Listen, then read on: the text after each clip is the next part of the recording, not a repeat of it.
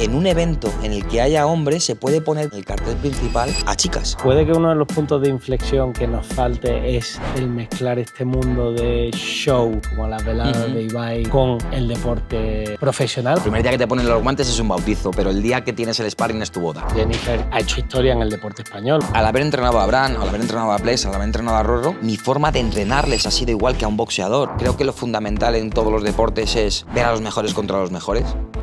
Bienvenido a otro episodio de Game Day, hoy en un sitio muy especial, un sitio en el que paso bastante tiempo y con una persona que también es especial para mí porque me ha introducido en todo este mundo del boxeo y me llevó hasta debutar. Javi. ¿Qué tal, Quique? Mil gracias por decidir pasar un poco de tiempo con nosotros hoy para hablar de este mundo que a mí me ha enamorado, ¿no? El mundo del boxeo. En el que pues, tiene una carrera muy dilatada y, bueno, como sabes, en Game Day lo que intentamos es contar un poco lo que hay detrás de la industria del deporte a nivel de negocio, ¿no? Entonces, para empezar, bueno, cuéntanos un poco de tu carrera, ¿no? ¿Qué te enamoró del boxeo? ¿Cómo has llegado aquí? Y a partir de ahí nos vais contando un poco, vamos a ir desgranando los entresijos de este negocio. Pues bueno, Quique, bienvenido a tu casa, lo primero. Yo creo que a todos nos ha pasado un poco lo mismo. El boxeo era como un gran desconocido y cuando lo pruebas, ¡pum!, te enganchas y un poco como tu caso. Un deporte en el que a través de algún contacto llegas siempre al gimnasio, un poquito de puntillas, lo pruebas y te das cuenta de que este deporte pues, te complementa. Y aparte de complementarte, pues te da una percepción de la realidad un poco diferente a otros deportes, ¿no? Te desconecta totalmente y llegas a conseguir pues, que todas las cualidades físicas de algún modo pues, tengan todas un equilibrio. Coges resistencia, coges velocidad, coges coordinación y ese momento de desconexión creo que poco deporte te hace desconectar tanto de la realidad que ya es tan estresante en el día a día y eso hace que yo creo que mucha gente a día de hoy lo coja como un deporte suyo, lo haga propio y se divierta con él. O sea, para mí, yo creo que eso es lo que más me enamoró, es que cuando entras aquí, obligatoriamente, o sea, un deporte tan complejo que obligatoriamente tienes que dedicar toda tu fuerza y toda tu energía a lo que estás haciendo en ese momento. Absolutamente. Porque si no, no salen las cosas. Exacto. La complejidad perceptiva que se tiene, intelectual, cognitiva en este deporte, hasta que no te pones en esa realidad, piensas que es un deporte en el que la fuerza va a preponderar por encima de todo y te das cuenta de que no. Que aquí si no hay un equilibrio mental no llegas a hacer ni un 1% de lo que te pide a veces el entrenador. Entonces es cierto que lo ves mucho en las chicas, ¿no? Que ahora están introduciéndose mucho, ¿no? Que han llegado con tanta fuerza a todos los deportes y a este también tenían que llegar. Y una chica se pone delante del espejo, se pone delante del entrenador y prepondera esa coordinación, ese nivel cognitivo. Los chicos a veces preponderamos un poquito más la fuerza y nos damos cuenta que por hacerlo perdemos calidad en el entrenamiento. Y una de las cosas que yo he descubierto en este deporte a base de venir aquí es que es tremendamente complejo y a nivel de negocio es más complejo todavía, ¿no? Tienes razón, no te voy a decir que no. Entonces, ¿cómo explicarías tú el boxeo, sobre todo a nivel de negocio, para principiantes, para gente que no tiene ni idea? Para empezar, tenemos dos disciplinas principalmente, el profesional y el amateur. ¿Cuál es la diferencia entre una y otra? Bueno, evidentemente, como has dicho, la complejidad viene desde la pirámide, desde la parte más alta, ¿no? Los organismos que rigen este deporte, pues cuando la gente ve todos los cinturones no entiende muy bien a qué corresponde el qué, ¿no? Entonces hay prácticamente 4 organismos regulatorios mundiales que gobiernan el boxeo profesional, que es el Consejo Mundial del Boxeo, la Asociación Mundial de Boxeo, la Federación Internacional de Boxeo, la Organización Mundial del Boxeo. Entonces esto genera mucha complejidad, ¿no? Es cierto que el boxeo es muy conocido a nivel de semántica, a nivel de romanticismo, a nivel literario, a nivel cinematográfico, pero es un gran desconocido a nivel de reglamento, ¿no? Entonces, partiendo de ahí, que es de donde salen las reglas de nuestro juego, ya estos 4 organismos rigen el boxeo profesional y ahora hay un organismo que acaba de aparecer, que es el que rige la parte de boxeo olímpico, boxeo amateur, ¿no? Pues fíjate todo esto, ¿no? Luego ya esto nos metemos a nivel deporte espectáculo, ¿no? Pero luego lo que a día de hoy, la complejidad en el boxeo recreativo, en el boxeo de actividad deportiva, no es tanta, sino como en cualquier otro negocio en el que una escuela deportiva tiene que vivir, y a día de hoy pues estamos viviendo muy bien gracias a este deporte recreativo. Para ti, ¿cuál ha sido el éxito porque es verdad que el deporte está viviendo una época, o sea, vivió una época dorada a nivel mediático, años 70, 60, Increíble, 80. los 70 para España. Da como que desapareció mediáticamente, Sí. pero ahora está renaciendo y sobre todo a nivel de práctica está teniendo un éxito como una disciplina dentro del fitness que ha conseguido que mucha gente se acerque al deporte. Ajá. ¿Cuál crees que ha sido la clave del éxito? Pues yo creo que nos hemos acercado al gran público de nuevo. Antes el gran público se acercaba a través de la pantalla de la televisión y veía únicamente el deporte espectáculo, el show del boxeo profesional, que realmente es pues algo que viene del vestigio de los gladiadores, algo que llevamos en nuestros genes, el instinto de la lucha, el instinto humano de superarse, ¿no? Que lo lleva muy claramente el boxeo. Como te he dicho antes, el cine ha hecho llegar a muchas pantallas también un poco esa otra parte del boxeador, esa persona humilde que llega prácticamente sin nada y llega a la cima. El boxeo en España ha sido como igual que el fútbol, igual que los toros en su momento también, o sea, han sido los tres deportes fundamentales en los 60, los 70. Hubo un pequeño veto real, que fue real, hacia lo que es la emisión en la televisión pública, y eso fue pues una pena, ¿no? Porque al final de ahí pues muchos boxeadores que podían vivir bien gracias a esto no encontraban un medio económico para subsistir.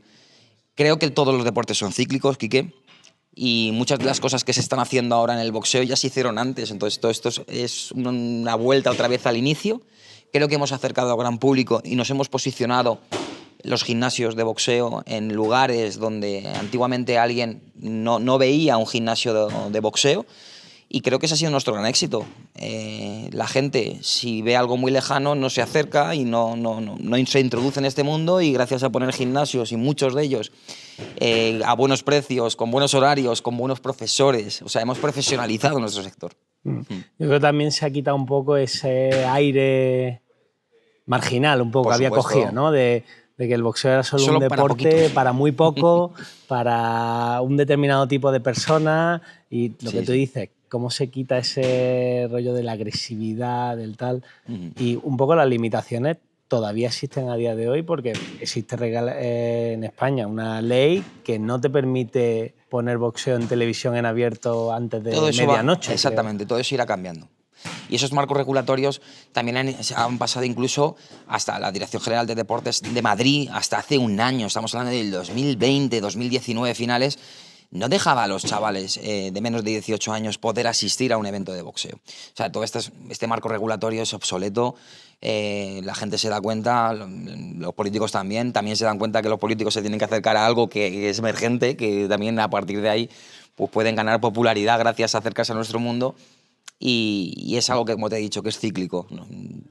Todo lo que se está haciendo ahora, incluso de estas veladas que se ven de todo tipo, ya se hacían en el 1910, ya se hacían enfrentamientos de todo tipo, entre personajes de todo tipo, y se llenaban estadios y se vendían entradas. O sea que lo que sí se ha acercado de verdad, como tú bien dices, es que a todo lo público se llega al entrenamiento del boxeo, y un entrenamiento mucho más regulado, sin que sientas que desde el inicio vas a sentirte en experiencias negativas con un sparring o con una situación que tú desconoces.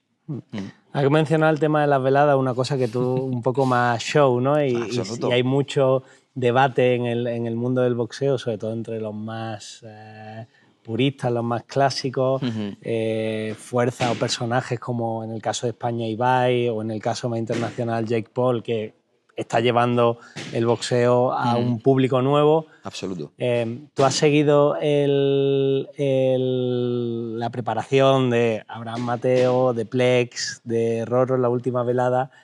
Para ti, ¿cómo está ayudando todos estos shows, ¿no?, que se están montando alrededor del boxeo al deporte? Como te he dicho antes, si tú lo ves, bueno, cambiando un poco, yo creo que todo lo bueno, o sea, si tú lo ves como positivo, será positivo. O sea, creo que la mentalidad que tenemos que tener frente a las cosas es positiva y a partir de ahí coger lo mejor de cada uno. Ellos están haciendo, lo que te he comentado, algo que ya se había hecho anteriormente. O sea, nadie está inventando nada nuevo. Yo soy purista del boxeo. No es malo. Me encanta mi deporte, me encanta también intentar mantener la esencia de lo que es el deporte en sí. Pero ser purista no quiere decir no aceptar otro tipo de exhibiciones, otro tipo de movimientos, otro tipo de llegadas masivas. O sea, Quique, tú has sido un impulsor de plataformas digitales, ¿no?, en este país. ¿Por qué no dejamos a estas plataformas o a otro tipo de personas que se introdujen en nuestro mundo? Yo soy positivo frente a ello. Y luego, en mi esencia, al haber entrenado a Bran, al haber entrenado a Ples, al haber entrenado a Rorro, mi forma de entrenarles ha sido igual que a un boxeador. Entonces, mi esencia sigue siendo la misma. Yo no he cambiado mi forma de intentar prepararles lo mejor que pueda físicamente, técnicamente y psicológicamente. ¿Qué problema hay? O sea, ¿dónde se ve el purismo? El purismo lo sigo manteniendo, ¿no? Es verdad que yo creo que la gente no es consciente, el público en general no es consciente, y ahí yo creo que se debería hacer un trabajo de storytelling en este tipo de eventos mucho más importante para acercar también a ese público más puro de boxeo, porque no es consciente de que la gente que se prepara para este evento tiene una preparación de un boxeador Profesional. profesional. Absolutamente, y con más medios, Quique. Porque muchas veces ese boxeador profesional, pues económicamente no puede llegar a tener ese acercamiento hacia esas herramientas que se tienen en los deportes de élite. O sea, esas cámaras hiperbáricas, esas nutricionistas de élite, esos psicólogos de élite, y luego todos los medios al alcance que se pueda llegar a tener, un equipo por detrás absolutamente remunerado por y para ellos. Es algo que muchas veces un boxeador profesional, hasta que no consigue un cierto estatus, no puede llegar a tener. Y también aprenden, o sea, yo que he visto, he tenido la suerte de ver la preparación también de cerca, al final se convierten entran, o sea, son superestrellas fuera, entran aquí y son uno más del equipo. Total. No cambia absolutamente nada, pero es que además ves cómo aprenden el sacrificio, la superación y vamos, para mí el ejemplo más claro fue el Rorro en el último combate, o sea, que saca una casta que tú de ese personaje no te lo esperarías nunca.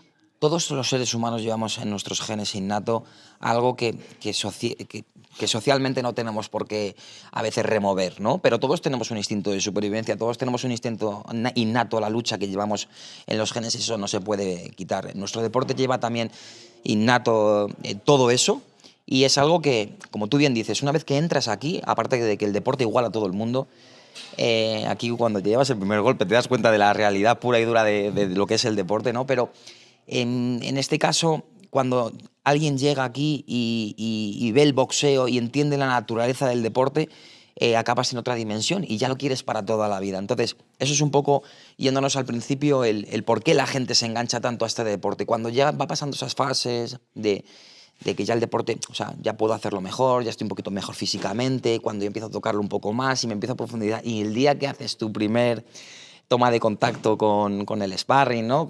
Muy condicionado, evidentemente, para que no tengas ahí malas experiencias, es algo maravilloso, ¿no? O sea, el primer día que te ponen los guantes es un bautizo, pero el día que tienes el sparring es tu boda. No, yo recuerdo el primer sparring que hice, que para mí fue descubrir otro deporte. Otro deporte. Yo también me acuerdo, y ese primer sparring también con Rodolfo, que fíjate que a día de hoy él ha conseguido medallas en torneos internacionales, en torneos nacionales, está siendo un chico con una gran trayectoria y está cogiendo un caminito que es el que se debe tener. Y fíjate que empezasteis a la par y era medirse uno contra uno para ver quién es el mejor en ese momento, ¿no? Y tú también lo hiciste, ¿no? Tú hiciste tu combate. Sí, no, la verdad que o sea, ese proceso es muy, o sea, es precioso. Muy enriquecedor. Y sobre todo, yo me acuerdo también cuando hice mi primer combate, la pelea para llegar al peso. La pelea cuando estás en el evento, ves toda la gente, cómo te aíslas totalmente. Yo nunca he estado, siempre digo, nunca he estado tan concentrado en algo como estuve en ese momento en el que estaba en el ring. Es un ritual que hay alrededor de todo un combate que no se puede no es fácil de describir al gran público esto, porque son muchas sensaciones y son sensaciones muy primarias que todos tenemos. Entonces, esos fantasmas de enfrentarte a ti mismo, de llegar el día y ver si vas a estar preparado, te vas a enfrentar también frente a un público y tú solo. O sea, la derrota es muy dolorosa también en el boxeo, ¿no? Y eso es algo que también hay que hacerles entender al público nuevo. No pasa nada por perder, forma parte de cualquier deporte, ¿no? Aquí parece que desde que Mayweather empezó a hacer su inmaculado 50-0, en nuestro deporte parece que la derrota se penaliza demasiado, ¿no? Y es algo que no debe ser así, porque forma parte del deporte. No, eso en todos los deportes yo creo que es así, pero es verdad que en los deportes individuales al final como que la responsabilidad cae siempre en el deportista, pero la realidad es que todos tienen un equipo detrás. Total. Brutal. Y un poco como has llevado la carrera de grandes boxeadores, Jonathan, Jenny, que ha hecho historia en el deporte español. ¿Cómo es ese proceso de coger una persona que entra en un gimnasio, va apasionándose por el deporte y llevarlo hasta hacer una pelea en el campeonato del mundo, por un campeonato del mundo en el Madison Square Garden en Nueva York? Pues fíjate, creo que nos estamos enfrentando a cambios sociales, ¿no?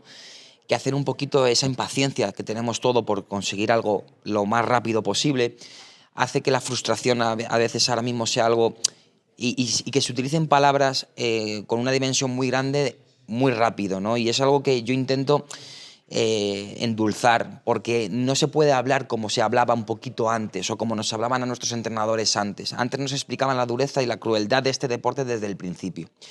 Ahora, si eso lo enfocas así, te vas a encontrar con alguien que no está preparado para encontrarse directamente con esa honestidad en palabras de lo que te vas a encontrar. Antiguamente los que entrábamos en un gimnasio de boxeo, como había menos y tenías claro a lo que se iba ese gimnasio, prácticamente el que entraba quería competir, y ahora es al revés. Ahora el que entra viene a hacer deporte y va entendiendo que este deporte, si compite, le va a dar grandeza en todos estos aspectos que hemos dicho. Entonces creo que sí cambia un poco esa ecuación a la hora de intentar a los nuevos chicos, a este nuevo público, hay que dulcificar un poquito las cosas. No se pueden encontrar una realidad tan dura de golpe. Este es un deporte que, sinceramente, no es porque sea el mío, pero yo sí vengo del multideporte. Yo soy licenciado en Ciencia y la Actividad Física del Deporte. Inicié mi parte deportiva en el fútbol, un poco porque culturalmente en España empezábamos antes con esto. Yo empecé muy tarde, empecé con casi 16, 17 años en kickboxing, que estaba un poquito más de moda en los 90 que el boxeo. Y todo esto tenemos que intentar, los entrenadores, con esta paciencia, darnos cuenta de que los chicos de ahora tienen muchas distracciones, tienen mucho ocio y a lo mejor no van a estar dispuestos a sacrificarse, excepto que vean que la otra parte de la balanza se les da mucho. En Estados Unidos entienden que económicamente van a repercutir el deporte va a repercutir muy bien en su carrera si siguen, y el éxito, la fama, todo lo que lleva también ser el deportista de élite y sentirte querido en otros países están un poquito más avanzados que nosotros. Fíjate que Jonathan o Jennifer, ¿no?, de los que hablábamos, pues consiguiendo estas gestas de siendo de Europa, llegar y más de España, que tampoco tenemos esa gran tradición como Reino Unido, como Alemania, llegar a Estados Unidos y que tu nombre allí se escuche y todo ese eco que llegue hasta aquí y a ti también te dé algo, cuesta un poco, a un Quique, sí. Cuesta un poco. Claro. Y yo creo que lo vimos en verano cuando Jennifer, que al final ha hecho historia en el deporte español, porque no ha habido ninguna boxeadora que haya peleado en Estados Unidos por un campeonato del mundo. El escenario fue el más espectacular que pueda haber. O sea, Madison Square Garden, Nueva York, una velada una velada en el que solo había boxeadora. Momento para la historia. Momento para la historia. Pero cuando ves la repercusión que tuvo allí y la que tiene aquí, allí tuvo mucha más repercusión que la que tuvo aquí. Tenemos que aprender.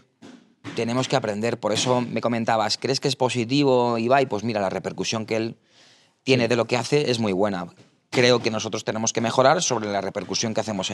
Creo que hemos dulcificado, creo que hemos adentrado a que la gente pueda meterse dentro de los gimnasios. Ahora vamos a intentar que toda esta gente que viene a los gimnasios también consuma nuestro deporte desde diferentes plataformas, hagamos llegar al gran público todo esto.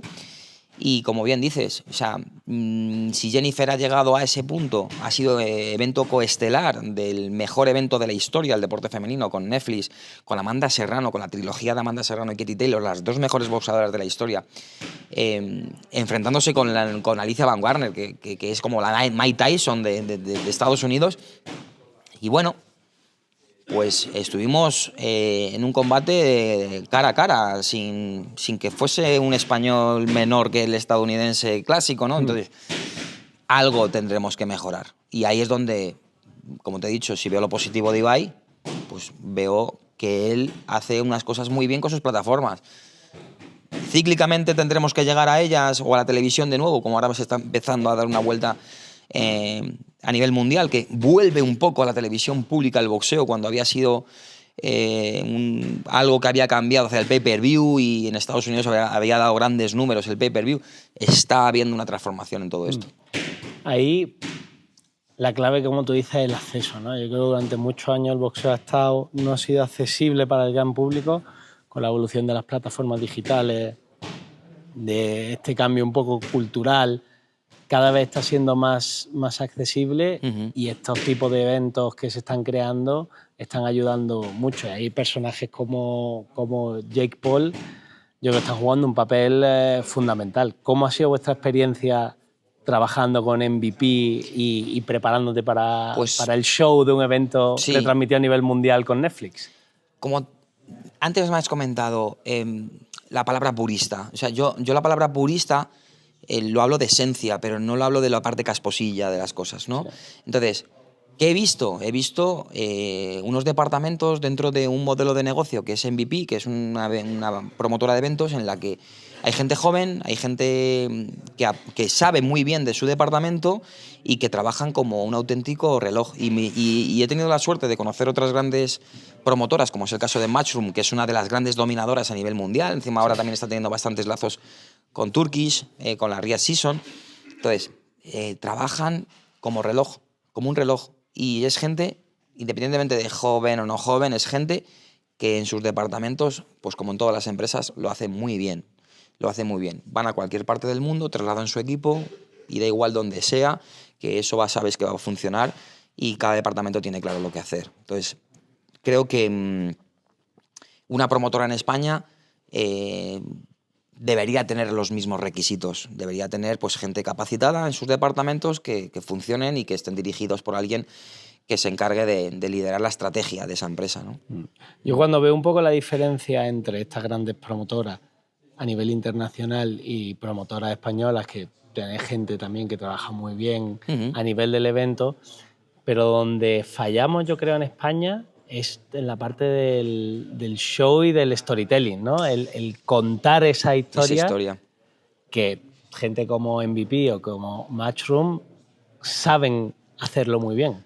Creo que el deportista cada vez tiene más claro que tiene que formar parte importante en esto y tiene que involucrarse de una forma en primera persona, tiene que involucrarse de primera mano en contar esa historia, en generar contenido. Bueno, creo que tú eres el que más nos tiene que enseñar en todo esto a cualquiera que nos queramos introducir, ¿no? Pero creo que tenemos la suerte de que ya el deportista entiende que tiene que formar parte de todo esto. Y luego creo que tenemos que tener esas herramientas, esas plataformas, y tenemos que tener un poquito estas agencias que nos ayuden también a que todo eso se distribuya y que ese contenido llegue con esa accesibilidad al gran público que a día de hoy está trabajando en el boxeo, ¿no? Una cosa, hay datos, ¿no? El boxeo, como licencias de federados en España, pues en los últimos años ha ido subiendo un poco el número, pero esto es lo único que ve el Consejo Superior de Deportes, ve el número de licencias y realmente a día de hoy no ve el número de practicantes. Si a día de hoy estamos hablando de 15.000 licencias, es gente que se saca una licencia y en la mayor parte de los casos es para competir. Pero el número de practicantes que tenemos actualmente en los gimnasios en España, estaremos rondando los 300.000 usuarios o 400.000 o 500.000 usuarios. Estos usuarios, más lo que alrededor se conlleva, ya digo practicantes, no ya tenemos que tocar esos números, tenemos que llegar a ellos, tenemos que hacer que vean boxeo, ¿no? Y creo que contando buenas historias, pues la gente se implica más, ¿no? Lo ve como suya la historia, ¿no? Ha habido en el proceso, sobre todo de Netflix, ¿no? De la preparación de la velada con Jenny, ¿ha habido algo que a ti te llamó mucho la atención de, joder, esta gente trabaja distinto? Algo que tú digas, o sea, esto no me esperaba que lo fuesen a organizar así. Sabes que los americanos montan todo a lo grande, ¿no? Entonces, yo creo que tú también formaste parte de ver el Madison desde dentro, y el Madison tiene una cosa, aparte de su duende, porque todos sabemos que allí han estado los mejores boxeadores del mundo, pero el juego de luces, ves la producción que se había invertido en ello, ves cómo al deportista se le trata realmente como una auténtica estrella, da igual si es Jenny o si era la principal, no nos sentimos inferiores en ese caso, o sea, nos daban nuestro protagonismo. Y bueno, creo que los shows que ellos tienen, pues sí invierten un poquito más en la performance que nosotros. Y dentro de la preparación, en toda la parte de promoción y como de construcción de la historia de cara al evento, ¿cuánto tiempo de la preparación había que dedicar a crear contenido, a ruedas de prensa, a que ellos viniesen y hicieran contenido? A nivel de ruedas de prensa, fíjate que nosotros fuimos 3 veces a Nueva York y estábamos en diferentes puntos. Alguna vez nos tocó estar en España, otra vez estábamos en Las Vegas o en Miami, y eran 3 ruedas de prensa que tienes que invertir tiempo en los viajes, en la preparación del mismo, porque se requiere. Un evento de estas características requiere de esas ruedas de prensa, requiere de ir a edificios emblemáticos a formar parte de ellos. Recuerdo que el día de entrenamiento, que se hace un día de entrenamiento público para que la gente también pueda tener contacto, lo hicimos en el Oculus, allí en el World Trade Center, en Nueva York. O sea, una barbaridad, con 2 estatuas gigantes. O sea, era algo que lo ves como inverosímil, ¿no? No eres consciente de la magnitud de lo que se está haciendo, ¿no? Y la gente estaba pasando, el World Trade Center no deja de ser un intercambiador. Es como si en medio de Atocha o Chamartín montan un ring, muñecos gigantes, show, y había después de fondo combates profesionales en el mismo día de entrenamiento. Y luego la pregunta que me has hecho de cuánto tiempo se requiere invertir, pues ya sabes que necesitas como programártelo como un trabajo más. O sea, es tus 2-3 horas diarias enfocado plenamente a contestar, a crear contenido, a generar lo que la agencia te pide, y lo que también tú decides que crees que puede ser bueno para invertir en tu propia marca. Y a nivel de la preparación, o sea, pues combinar todo eso con la preparación, porque ahí hay muchos, y esto lo ven mucho en la industria del deporte en general, muchos entrenadores sobre todo, a mí me ha pasado trabajando con grandes clubes de fútbol, tal, que te encuentras el entrenador que piensa que todo esto es una tontería, que es secundario, que hay que concentrarse en la parte deportiva, que no hay que buscar distracciones, y es verdad que al final esto es deporte, y a pesar de ser un entretenimiento, lo más importante siempre es la parte deportiva, pero la parte de negocio, la parte de historia, de contar esa historia, es fundamental para que después estos deportistas puedan ganarse la vida. Absolutamente. Con ello. Yo, Quique, yo creo que en este punto, te hablo de mi percepción personal. Creo que al deportista hay que ir preparándole también en todo esto, ¿no? Entonces, esto no es algo que surja así de repente, sino que ya se va viendo por dónde va a ir, ¿no? Fijamos un caso como Ilia Tupuria, ¿no? Como que dentro de lo que no es boxeo, pero es deporte de contacto, como de repente, ¡pum!, es una eclosión a nivel de comunicación, y tienes que rodearte de gente que también sepa defender todos tus intereses. Y entre ellos está lo más importante, que es el tiempo que dedicas a tu entrenamiento. De una parte es descanso, una parte es nutrición, y otra parte, pues evidentemente, es la preparación físico, técnica o táctica. Entonces, yo lo único que a veces he llevado un poco peor es cuando vas a trabajar con otros departamentos o con otras empresas que no entienden cuáles son los momentos de descanso, o cuándo en una rueda de prensa a qué hora ponerla o en qué momento es la mejor. Hay que entendernos todos, pero es algo que se tiene que entender. Y para entendernos, pues evidentemente acabas de hacer un combate que te pongan el micrófono. Sí, pues tienes que hacerlo. Eso ya sabes que ese micrófono te va a entrar justamente después del combate. Pero justamente después de una deshidratación que tú entiendes, que tú también has vivido, ¿no? Que es dar el peso, que dices tú, ha sido como mi primera lucha y luego ahí está mi primera batalla, luego ya vendrá el combate. Hay momentos que hay que saber cuidar. A partir de ahí, pues oye, con una buena organización y con respeto, creo que todo llega. Yo creo que para mí fue mucho peor la lucha contra la balanza que el combate en sí, sin ninguna duda.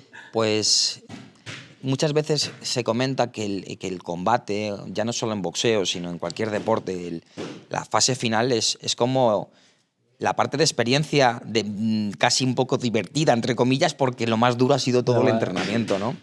Y llegar al peso también es algo que condiciona mucho y que sabemos que juega a veces un papel fundamental en la trascendencia de ese combate, ¿no? O sea, que en la planificación deportiva tú tienes que pensar también, o sea, construir la planificación deportiva en base a todos los momentos que tienes de obligaciones.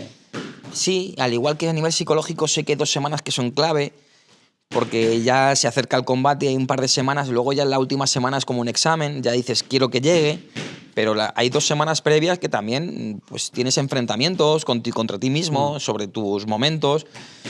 Hay momentos muy importantes en los de trabajo táctico, o sea, hay momentos muy importantes en el tapering de afinar, o sea, todo tiene su momento y todo en la ensalada pues juega su papel, ¿no? Para que esté lo más sabrosa posible. Y de cara a una cosa que sí me interesa mucho es, al final, uno de los principales negocios dentro de la industria del deporte, una de las principales fuentes de ingresos, es toda la parte de patrocinio. Hemos hablado que el boxeo tuvo una época dorada, ¿no? En el que todo el mundo se acercó al boxeo, el boxeo se distribuía en la televisión pública, ha tenido esa época más cerrada y ahora está volviendo a resurgir. En las conversaciones con las marcas, porque siempre todas las marcas pues tienen el miedo, ¿no? Un poco de asociarse a qué tipo de mensajes o qué tipo de personajes, ¿no? Porque siempre está el prestigio de marca que quieren preservar. A nivel de marca, en estas, cuando tú empiezas una conversación para un patrocinio o para un boxeador, ¿cuáles son los que tú crees los principales problemas, los principales miedos a los que te enfrentas? Igual que has ido llegando al final de la pregunta, te digo que nos pasaba un poco al principio. Llegábamos y directamente había un no. O sea, no había casi explicación, sino directamente la marca no veía esto. Eso ha ido cambiando y un poco como lo que hablábamos. Jake Paul hace cosas buenas y Ibai hace cosas buenas. Bueno, muy buenas. O sea, él no tiene un no directamente. Las marcas ya ven sus números y ya, independientemente del boxeo o no boxeo, ya lo ven como una marca que al final te gusta representar. Sí, ya es cuestión de audiencia. Exactamente, es cuestión de audiencia. Lo que sí es cierto es que cada vez son más las marcas que tú ves que se quieren acercar a los valores que tiene el boxeo. Cada vez ya empiezan a llegar más eso que tú dices, es que a mí me hace sentir bien el entrenamiento, es que me hace desconectar, es que me hace sentirme fuerte. Entonces esto empieza a llegar a la sociedad. Entonces hay una marca de champú que si dice, pues mira, te pones mi champú y sale con boxeo, pues te hace fuerte el champú. O sea, las marcas empiezan a entender que ese asociacionismo que existe entre los valores del boxeo y cada vez más dulce, cada vez más gente poniéndose esos guantes, hace que evidentemente el consumidor vea que el boxeo es atractivo. Entonces eso es lo que nos encontramos. Sí. Nos encontramos cada vez más que lo ven atractivo. El problema es que en España la audiencia o esos números en el deporte de boxeo profesional no son los números que tiene Ibai. Entonces, bueno, empiezan a entrar, pero los que entran por los gustos a los valores, no por el gusto a la audiencia. Sí, ese tipo, en el deporte, si tú lo piensas, en el patrocinio deportivo siempre se vende un poco la asociación a ese mensaje del deporte y tal, pero ahora las marcas piensan probablemente más en audiencia, un poco por el mundo en el que vivimos. Y es su target objetivo. Y al final tenemos plataformas como Google, Meta, que concentran el 80% del gasto en publicidad, donde tú, no importa en qué contenido sale tu anuncio, porque al final lo importante es que llegue a la audiencia, ¿no? Entonces, hay que trabajar mucho más, ¿no? A nivel de industria, el cómo conseguimos llegar a ese gran público. Estamos en el camino. Yo creo que lo que sí tenemos claro los que trabajamos en esto, los entrenadores, los boxeadores, creo que están haciendo las cosas bien. Creo que el nombre de los boxeadores cada vez es más limpio, cada vez hay figuras que entienden más esto. Los entrenadores creo que también igual tienen muy claro esto. Cada vez son más los clubes deportivos y el club es la célula de esta empresa, la célula de este cuerpo.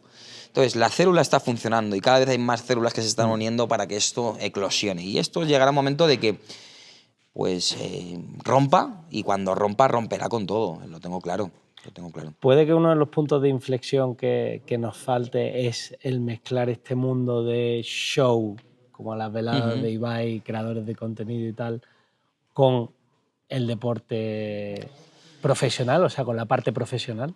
No te podría decir si es lo fundamental. Creo que lo fundamental en todos los deportes es ver a los mejores contra los mejores. O sea, creo que eso es lo que hace que la gente realmente diga, wow, qué espectáculo. Tú, como consumidor de algo, tú ves, cuando ves un partido de pádel y ves al mejor contra el mejor, dices, esto es un espectáculo, ¿no? Creo que para mí eso es la clave, ¿vale? Ahora, que meter esos mejores en este tipo de eventos, pues multiplicaría que mucha más gente que los pueda conocer mucho antes. Entonces, claro que eso funcionaría, 100%. O sea, lo hacen en los mejores estadios de España. Se han atrevido a hacerlo en el Bernabéu, en el Metropolitano, en la Cartuja. ¿Cuál será el siguiente? Camp Nou, pues hombre, creo que tiene todas las papeletas, ¿no? Si acaban la obra algún día. Si acaban la obra, sí. Ya veremos. Si no, pues volverán al Bernabéu. No sé, me refiero, si ya están en los mejores estadios del mundo, no de España, del mundo, haciendo una performance como la que te hablaba del Madison. Sí. Ellos están invirtiendo en performance más que de lo que se están gastando en los deportistas. ¿Ok? Sí. O sea, que se entienden las reglas del juego, entienden que esto hay que darle mucho aquí y bueno, los de aquí aún a lo mejor no se merecen cobrar esas cifras porque tampoco las generan. Ya veremos cuando haya otras personas que las generen. Pues bueno, pues todo va subiendo. Creo que sí, Quique. La respuesta es que si se mezclase seguro que sería un éxito. Y que la gente entendiera qué es qué. Esto es, ¿por qué no voy a ver las leyendas del Madrid o por qué no voy a ver a los amigos de Ronaldo? Pues esto es lo mismo. Esto es una exhibición que se hace previo a un evento de boxeo profesional con los dos mejores boxeadores de esto. ¿Por qué no? ¿Por qué no? Bueno, de ahí Jake hizo un poco... Sí, absolutamente. El contrario, o sea, montó el show y, o sea, porque yo de la primera velada esta que organiza contra Tyson, o sea, el combate contra Tyson, todo el mundo se fijó en el combate de Tyson y Jake, porque era donde estaba el show. ¿Fue el póster? Fue el póster, pero el evento de verdad era el de antes. Que fue todo el mundo quedó maravillado viendo a dos chicas que si no hubiese sido por este cartel, pues no las hubieran conocido. No, totalmente. Y yo creo que ese fue el catalizador que permitió después que hicieran el evento de solo mujeres en el Madison Square Garden por primera vez, con un título en cada uno de los... Fue récord Guinness en mezclar en el mismo evento el mayor número de títulos. Cogió a todas las chicas más importantes del panorama mundial y las puso en el sitio más icónico. Bueno, me encanta porque los americanos, cuando tú entras, lo primero que ves en el Madison es The World. Most iconic venue. O sea, es increíble. Ellos mismos se venden pues con esa grandeza. Creo que a nosotros nos falta un poquito eso, creérnoslo un poquito más. A los boxeadores, a veces un poco yo lo que he notado cuando he ido a entrenar allí a los campamentos es que ellos desde chiquititos tienen ese duende dentro, que se lo creen. Ese es un poquito como que parece que nosotros nos hacemos un poquito pequeños a veces, ¿no? No lo tenemos que creer. Creo que ese es nuestro mensaje para nuestros espectadores, tanto a los boxeadores, tanto a nuestra audiencia. No lo tenemos que creer y así es como emergen las cosas.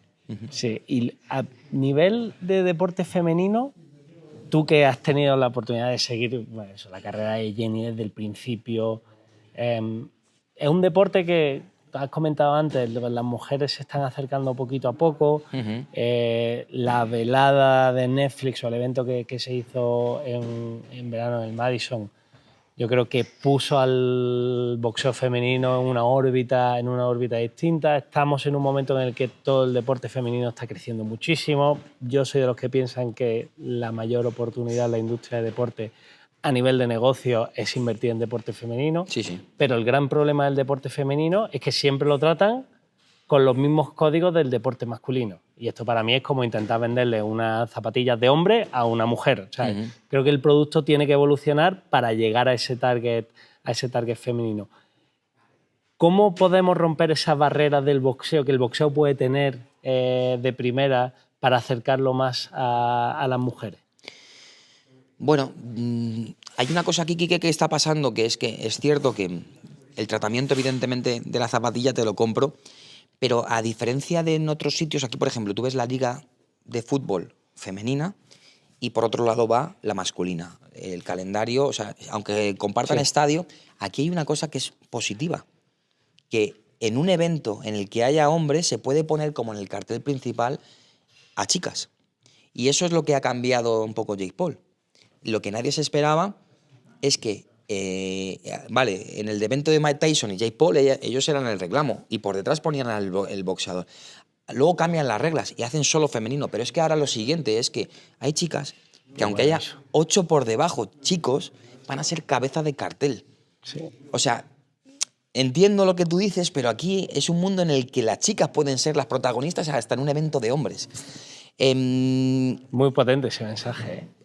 Aquí, por eso digo que hay un pequeño matiz en ese punto. Entonces, sí es cierto que aquí lo difícil era que el público masculino entendiera al boxeo femenino, y lo está entendiendo muy bien, porque son igual de competitivas o más que los chicos. Y esto también, atento a lo que digo, son más competitivas casi dentro del ring que los chicos.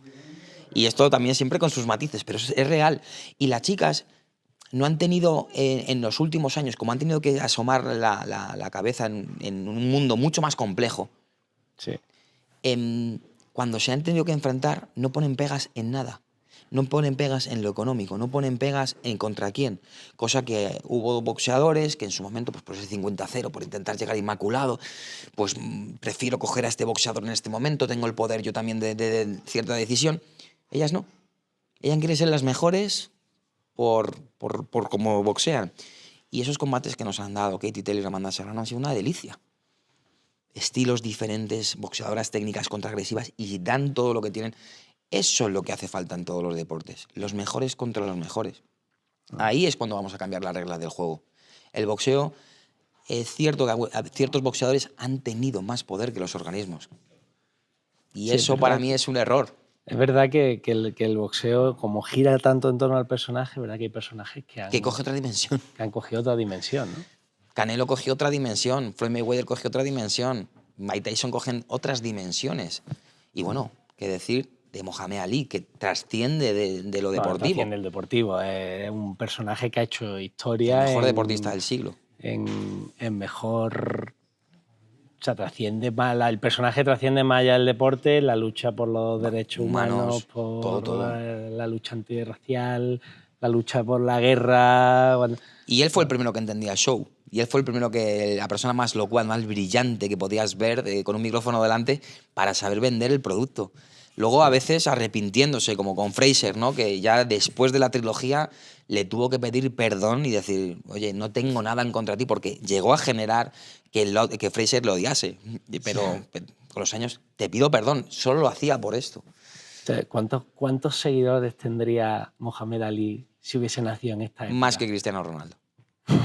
Más que el número 1. Puede ser, ¿eh? Absolutamente. Siempre se decía que el campeón de los pesos pesados, el campeón del mundo de los pesos pesados, está entre el Papa, el presidente de los Estados Unidos, y luego, por el orden de importancia, se conocía el campeón del mundo de los pesos pesados.